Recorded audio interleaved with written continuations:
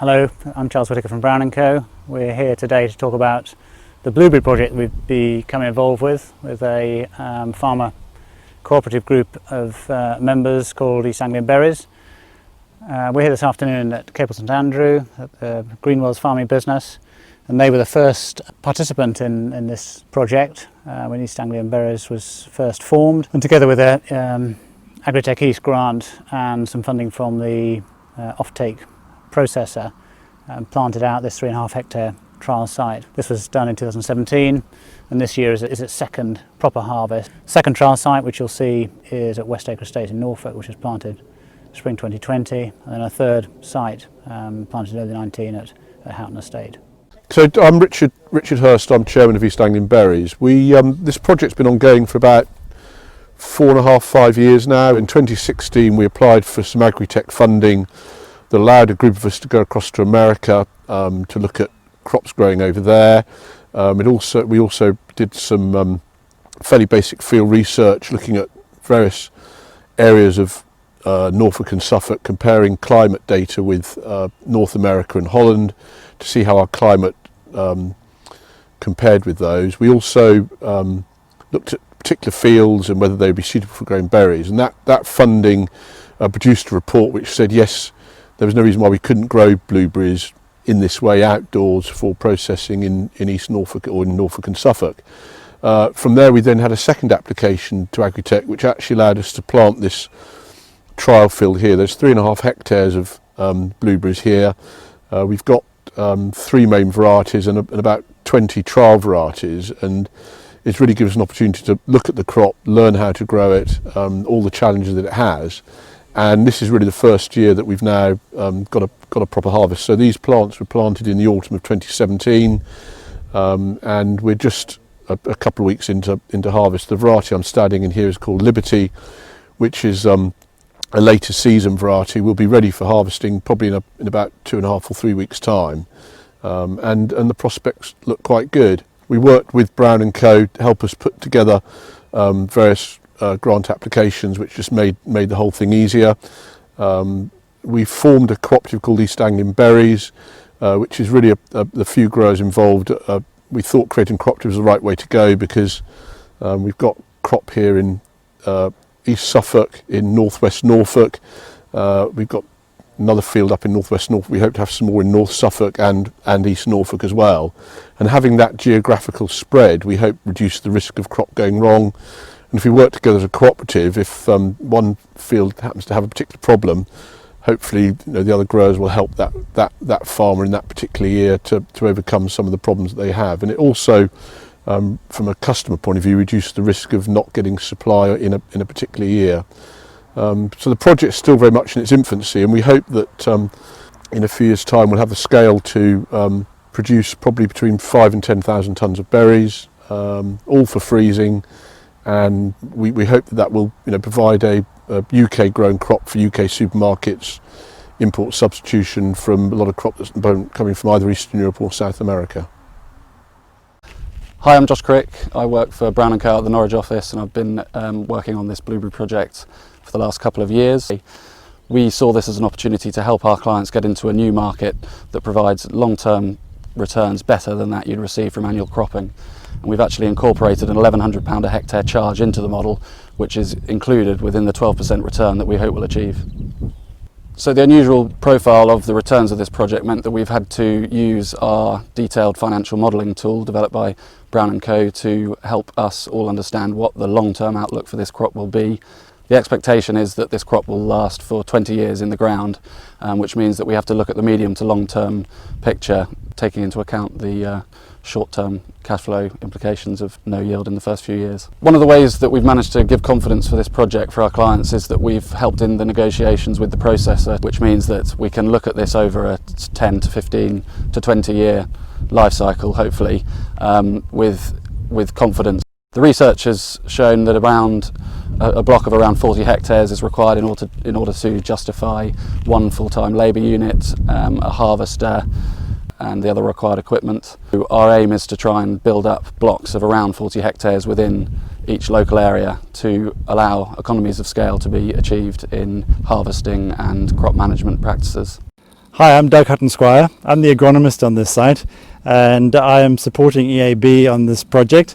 I'm also responsible for this site at Capel St Andrew, and so all the technical inputs that go into growing the crop from the ground up, the spray programs, pest and disease monitoring and things like that, that's my responsibility. And today I've also been in charge of the harvest of this crop.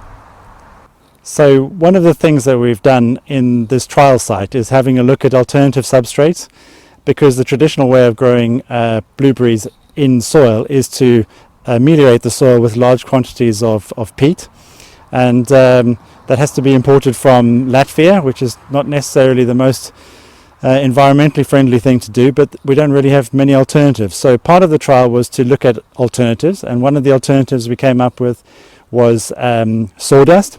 So the beds on this side have been made with sawdust, and the beds on this side have been made with peat.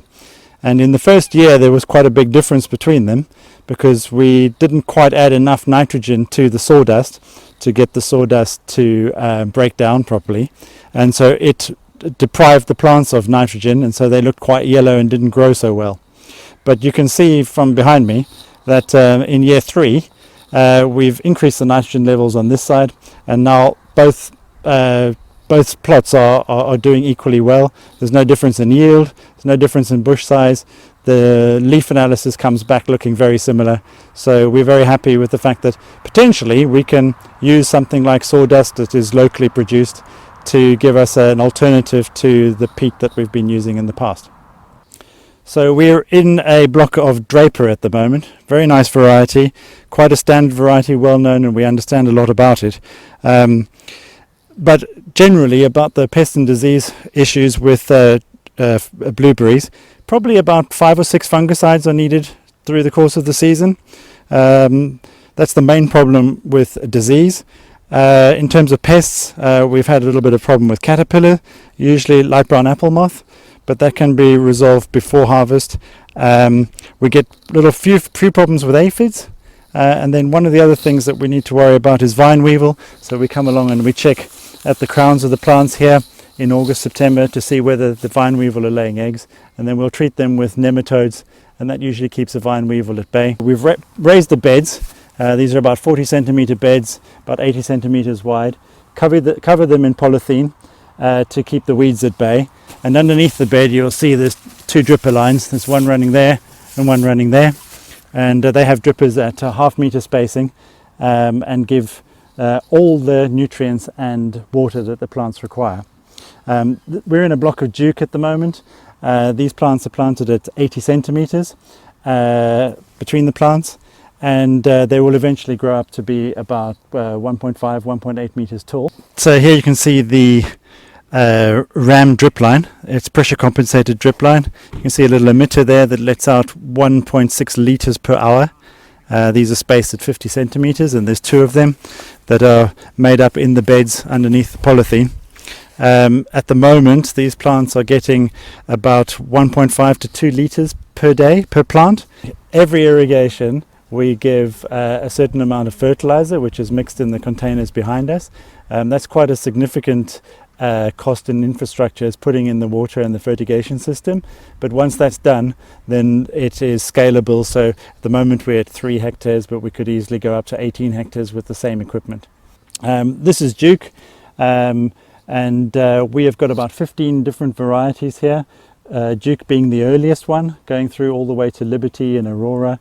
And we're trialling different varieties to try and see which is going to be the most suitable for growing in our climate. There's quite a few trials going on here, and that's the point of it. We're now in our 3rd year, 3rd summer on this crop, and already we've made some changes for the new plantings that are going in later this year.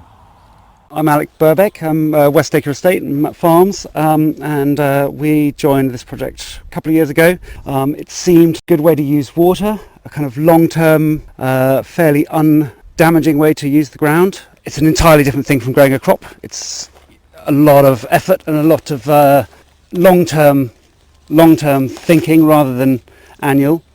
But we got involved with it really because Charles recommended it, thought it would be a good idea. We had a conversation, we thought that would be what a good idea to kind of go for a long-term crop with high potential if you get it right, and a bit of stability, lack of reliance on subsidy. Yeah, it's been a very big learning curve. As you can see, some bits are not quite right. We've had potatoes, that was a major mistake. But next time round we'll be getting it better. The first few years is just looking after the plants. We've pruned off all of the fruit, so there is not a blueberry to be seen in most of the blocks. There's a few in the Duke where we didn't quite prune as hard enough, but the aim is just to have incredibly healthy plants going forward for the next few years. And hopefully by then we'll have learnt how to harvest. Hi, I'm Ed Blundy from our Kings Lynn office, and I want to talk a little bit about the financing of this blueberry project. The key with any large-scale, long-term project like this is to get the funding right, and to have a partnership with a funder who is in it for the long term, who understands the risks, is going to be there from start to finish without reviews and additional fees and anything else that might come along with a long-term project such as this. In this particular case, the estate has partnered with the Agricultural Mortgage Corporation, the AMC.